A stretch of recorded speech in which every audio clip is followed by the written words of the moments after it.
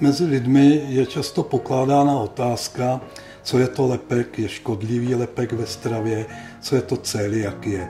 Odpověď je vcelku jednoduchá. Celiakie je celoživotní onemocnění dětí i dospělých na autoimunním podkladě, které vzniká u jedinců, kteří mají nějakou dispozici rozenou k tomu vyvinout toto onemocnění a současně se ve stravě setkají s prolaminy, což jsou jednoduché bílkoviny v povrchní části obilných zrn.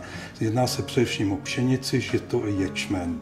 Nejznámější bílkovina této souvislosti je v pšenici, jmenuje se lepek, cizím slovem gluten, a její frakce gliadin, to je ten prolamin, je odpovědná za vývoj onoho onemocnění.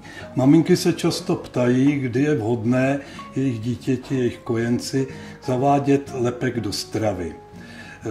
Obecně se doporučuje, že to má být v intervalu mezi ukončeným 4. měsícem života a mezi 7. měsícem života. S výhodou je, že matka v té době ještě kojí.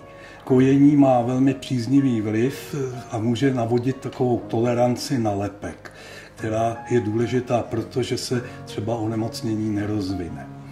Ukázalo se, že zavádění lepku předčasně před 4. měsícem života nebo naopak z opatrnosti později po 7. měsíci života vede naopak k většímu výskytu celiakie.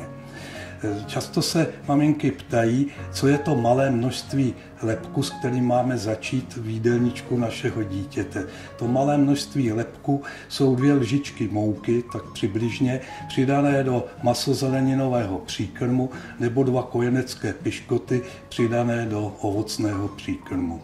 Onemocnění se může projevovat různými projevy. U dětí je to především neprospívání, průjmy, u větších dětí potom porucha růstu a u dospělých může být i celá řada projevů, které nemají souvislost s trávicím ústrojí přímou.